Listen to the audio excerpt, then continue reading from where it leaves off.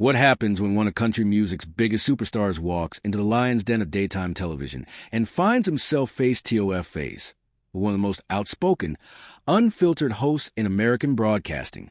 What unfolds is not just another celebrity interview gone wrong. It's a masterclass in standing your ground.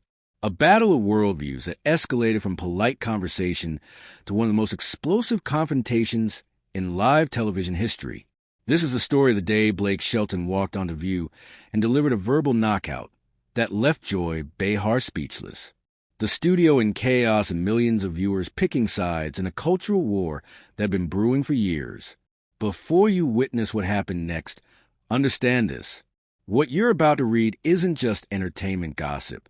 This was a defining moment when the mask came off, when Hollywood polish gave way to raw, unfiltered truth, and when a country boy from Oklahoma reminded the entire entertainment establishment exactly who he was and who he would never be. The morning started like any other episode of The View. Studio lights blazed across the familiar set. Audience members settled into their seats with excited anticipation, and the production crew went through their well-rehearsed routines. Blake Shelton was scheduled as a guest of honor there to promote his latest album and discuss his upcoming tour dates across America. It should have been softball questions, mutual laughter, maybe a plug for The Voice, standard promotional fare for one of country music's most recognizable faces. Blake entered the studio with his trademark confident swagger, that easy Oklahoma charm radiating from every step. He tipped his cowboy hat to the cheering audience, flashed that million-dollar smile that had graced countless magazine covers, and settled into the guest chair with the relaxed posture of someone who'd done this dance 1,000 times before. The audience responded warmly, their applause genuine and enthusiastic. Here was Blake Shelton, coach on The Voice, chart-topping artist, beloved figure in American entertainment. What could possibly go wrong? The other hosts greeted him warmly. Whoopi Goldberg offered her customary professional welcome. Sarah Haynes smiled brightly, clearly excited about the musical guest. Even Sonny Ho seemed genuinely pleased to have him on set. Everything was proceeding exactly as Blake's publicist had promised. Friendly, light, promotional, easy morning television. But Joy Behar sat unusually quiet during those opening moments, a predatory smile playing at the corners of her mouth. Anyone who'd watched The View long enough recognized that look. It was a look of someone loading their ammunition, waiting for precisely the right moment to strike. Those who knew Joy's pattern understood what was coming. Even if Blake himself didn't see the trap being set, the first few minutes of conversation flowed smoothly. Questions about the new album, commentary about his role on The Voice, pleasant banter about life in Nashville. Blake answered each question with practiced ease, his Oklahoma drawl adding authentic charm to every response. The audience laughed at his jokes. The other hosts nodded along appreciatively. For those brief, shining moments, it seemed like just another successful celebrity appearance. Little did Blake know the temperature in that studio was about to drop to Arctic levels. Well, Joy finally spoke, her voice cutting through the pleasant atmosphere like a blade through silk. Look who decided to grace us with his presence. She leaned forward slightly, that razor-sharp smile widening. Blake Shelton, the voice of rural America, or should I say the voice of a very specific part of rural America. Blake's smile never wavered, but something shifted in his eyes. A slight narrowing, a subtle recalibration. "Good morning to you, to Joy," he replied, his tone still friendly, but with an edge of caution. "Always a pleasure to be here with you, lovely ladies." "Oh, cut the charm offensive, Blake." Joy shot back, waving her hand dismissively. She was leaning forward now, fully engaged, her entire body language shifting from casual observer to active prosecutor. "Let's talk about your recent comments about small-town values. You seem to think that living in a small town automatically makes someone more moral, more patriotic than the rest of us city dwellers." The other hosts exchanged glances. The audience, so buoyant moments before, fell into an uneasy silence. Whoopi Goldberg, ever professional mediator, attempted a gentle redirect. "Joy, maybe we should," but Joy was just getting started. "I never said that, Joy," Blake replied, his Oklahoma drawl becoming more pronounced to tell that anyone from his world would recognize. What I said was that small towns teach you certain values. Community, helping your neighbors, working hard for what you have. I didn't say anything about being better than anyone else. Oh, please. Joy waved her hand again, her voice dripping with dismissiveness. That's exactly what you implied. You country music stars love to paint yourselves as the real Americans, while the rest of us are what? Fake Americans.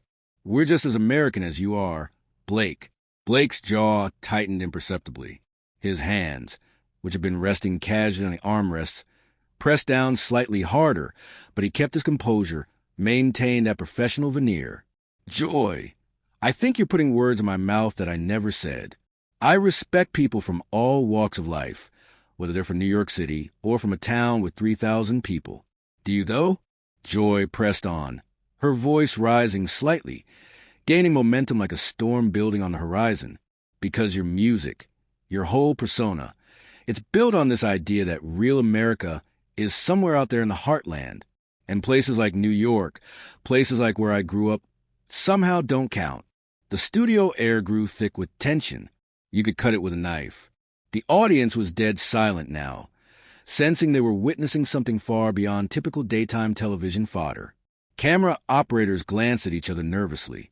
In the control room, producers were already frantically signaling, uncertain whether to let this play out or cut to commercial. Sarah Haynes attempted to jump in with a question about Blake's music, trying desperately to steer the conversation back to safer waters. But Joy wasn't finished. Not even close. You know what bothers me most about this whole small-town superiority complex? Joy continued, her hands gesturing emphatically, her entire being now locked onto Blake like a missile on its target. It's that you get to sit there and judge the rest of us while making millions of dollars singing about pickup trucks and dirt roads. You've been living in Hollywood and Nashville for decades. Blake, when's the last time you actually lived in one of these small towns you're always singing about? Blake's relaxed demeanor began to shift. His shoulders straightened. His spine grew rigid. For the first time since sitting down, he looked genuinely annoyed, not just offending himself, but personally affronted. The easygoing country boy was starting to crack, and something harder, something more dangerous, was beginning to show through. Joy, Blake said, his voice controlled, but with steel underneath. I may live in Nashville now, but I haven't forgotten where I come from. I was raised in Ada, Oklahoma, population 12,000. My dad worked construction. My mom was a beauty shop owner. I know what it's like to grow up in a place where everybody knows everybody. And now you're worth hundreds of millions of dollars. Joy shot back without missing a beat, her voice rising with each word. You got mansions in multiple states, private jets, the whole 9 yards. Don't you think it's a little disingenuous to keep playing this common man card? Blake's famous smile, that easy, disarming grin that had charmed America for decades, finally cracked. Shattered. Really? You know what, Joy? His voice had changed entirely now. Gone was a promotional tour politeness. This was something raw, something real.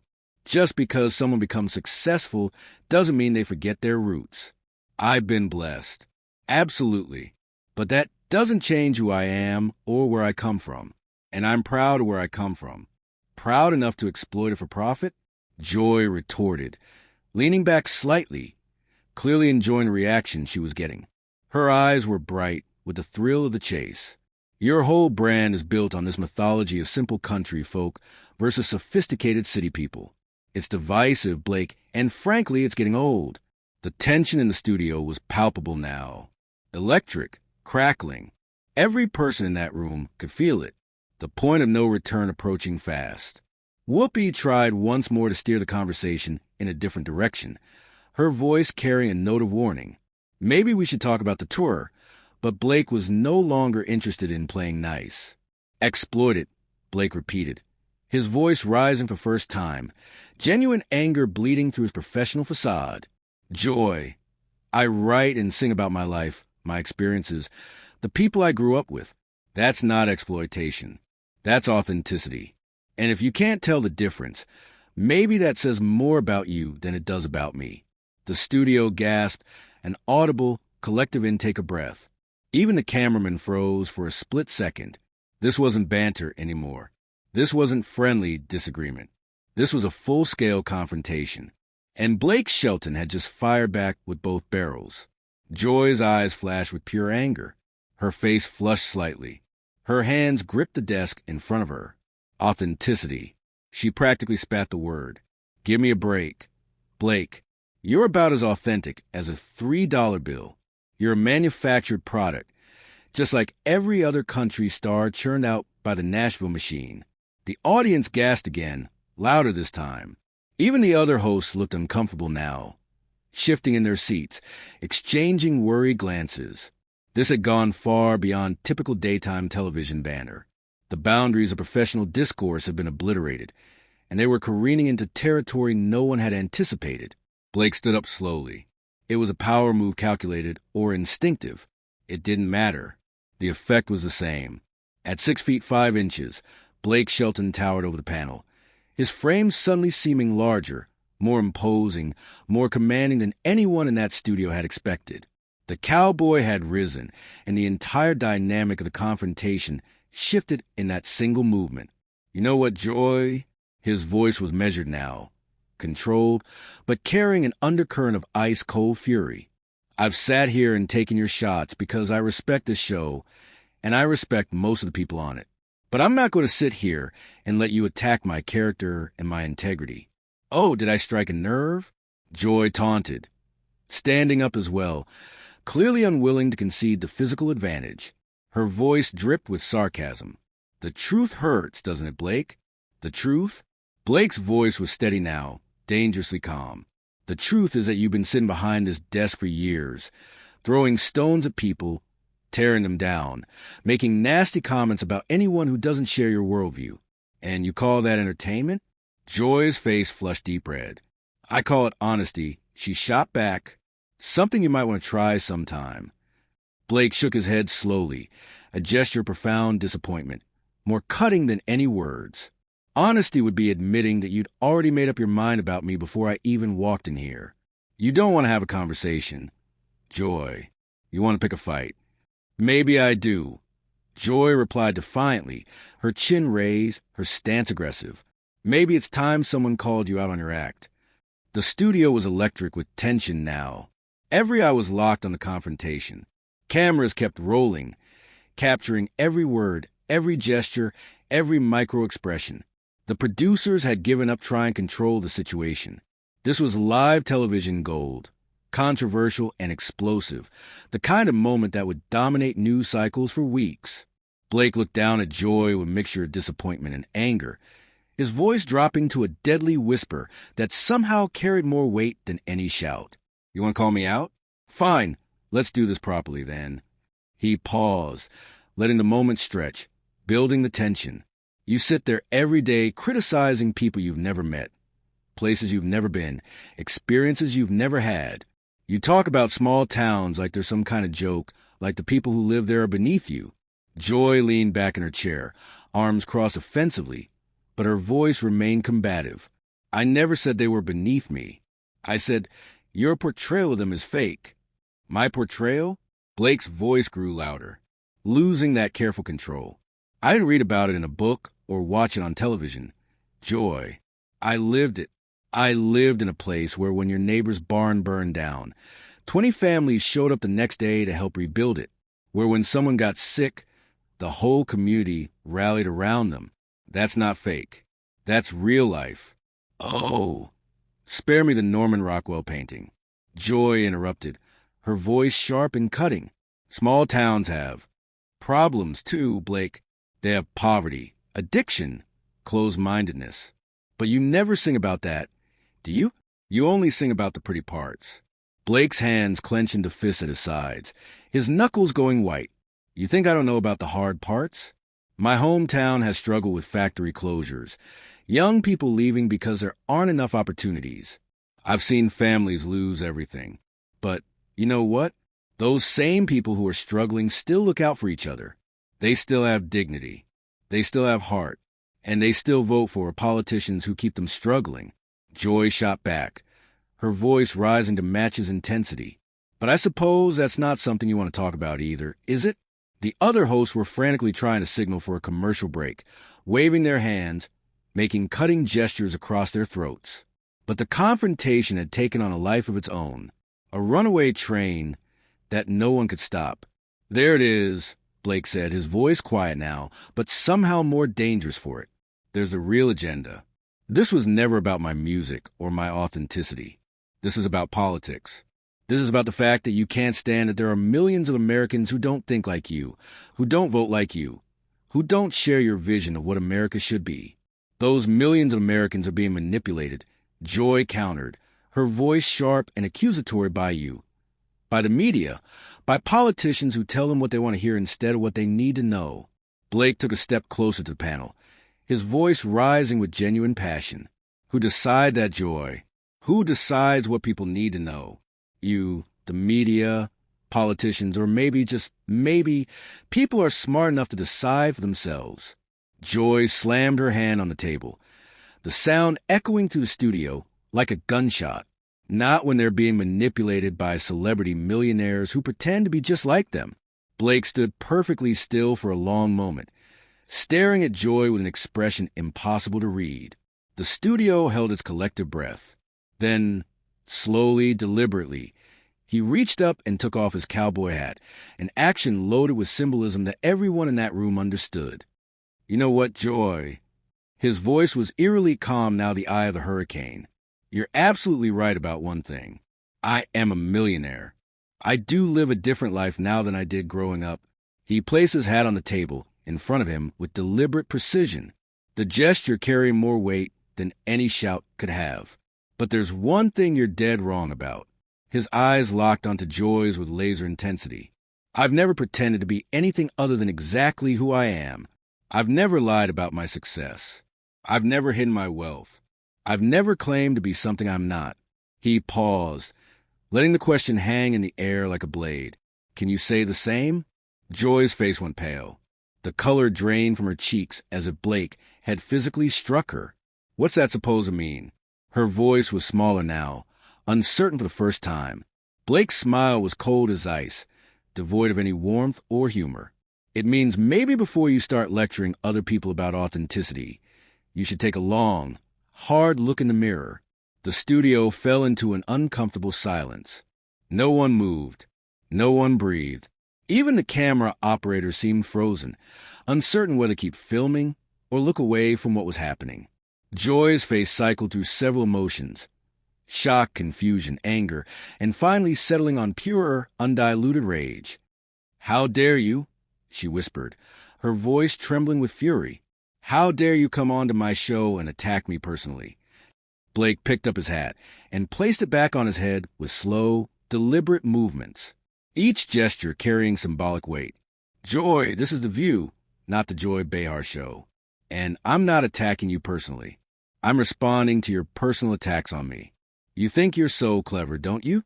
Joy's voice was getting louder again, shriller, losing the controlled venom from earlier. "Coming in here with your folksy wisdom and your ass shucks routine. Well, let me tell you something, cowboy. I've been in this business longer than you've been wearing that ridiculous hat." Blake's eyebrows raised slightly, a hint of genuine amusement crossing his face. "This business? You mean the business of entertainment? Because last I checked, we're both entertainers, Joy. The only difference is I don't pretend my entertainment is more important than anyone else's."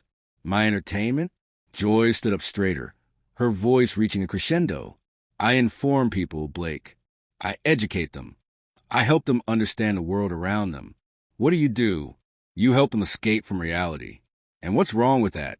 Blake asked, his voice calm in stark contrast to Joy's escalating volume. The juxtaposition made his words cut even deeper. "What's wrong with giving people a few minutes of happiness? What's wrong with helping them forget their troubles for a little while?" Joy laughed bitterly, the sound harsh and ugly, because while they're forgetting their troubles, those troubles are getting worse. While they're listening to your songs about simpler times, the world is passing them by. Blake shook his head slowly, disappointment etched into every line of his face. "Joy, you talk about informing people and educating them, but all I've seen today is you trying to tear me down. Is that what you call education? Is that what you call helping people understand the world? I'm helping them understand that people like you are selling them a fantasy. Joy shot back, her composure completely gone now. A fantasy that keeps them from demanding the real changes they need. And what changes are those, Joy? Blake's voice had an edge to it now, sharp and cutting. What exactly do you think I'm keeping people from demanding? Joy gestured wildly with her hands, her entire body language screaming frustration and anger. Better jobs, better health care, better education for their children. Instead of fighting for those things, they're content to live in your make-believe world where everything is simple and pure and good. Blake was quiet for a long moment, studying Joy's face with an intensity that seemed to see right through her. When he spoke, his voice was softer, but somehow more dangerous. A whisper that cut deeper than any shout. You know what I think, Joy? I think you're angry because people find comfort in things that don't come from you. I think you're angry because despite all your lecturing and educating and informing, people still choose to listen to simple songs about simple pleasures. Joy's face turned bright red, her hands shaking slightly. That's not what this is about, isn't it? Blake pressed on, taking another step forward, his presence filling the space. You can't stand that people find joy in things you don't understand, things you don't control. You can't stand that someone like me, someone you think is beneath you intellectually, can connect with people in ways you never could. You don't connect with people. Joy practically screamed. You manipulate them. You feed them lies about how great things used to be, so they won't notice how bad things are now. Blake's laugh was harsh, bitter, nothing like his usual warm chuckle. Joy, I've never once said things used to be better. I've never said people should go backward. I sing about appreciating what you have, about finding happiness in your family, your friends, your community. If that's manipulation, then I guess I'm guilty. You are guilty, Joy said, her voice breaking slightly, tears of frustration threatening to spill. You're guilty of keeping people satisfied with less than they deserve. Blake stared at her for a long moment, something shifting his expression, not pity exactly, but a kind of sad understanding. Then slowly, he began walking toward the edge of the set. You know what, Joy? His voice was tired now, worn down by the confrontation. I came here today to talk about my music, to have a conversation with you and your colleagues. But clearly, you had a different agenda. Where are you going? Joy demanded, her voice becoming shrill with panic at losing control of the situation. We're not finished here. Blake stopped and turned back to face her, his expression unreadable. Yes, we are, because there's no point in continuing this conversation. You've made it clear that you don't want to discuss anything. You want to attack everything. Joy's voice became desperate, grasping. I want to discuss the truth, Blake. I want to discuss your responsibility as a public figure. My responsibility? Blake's voice was incredulous. Joy, my responsibility is to my fans, to the people who buy my music and come to my shows.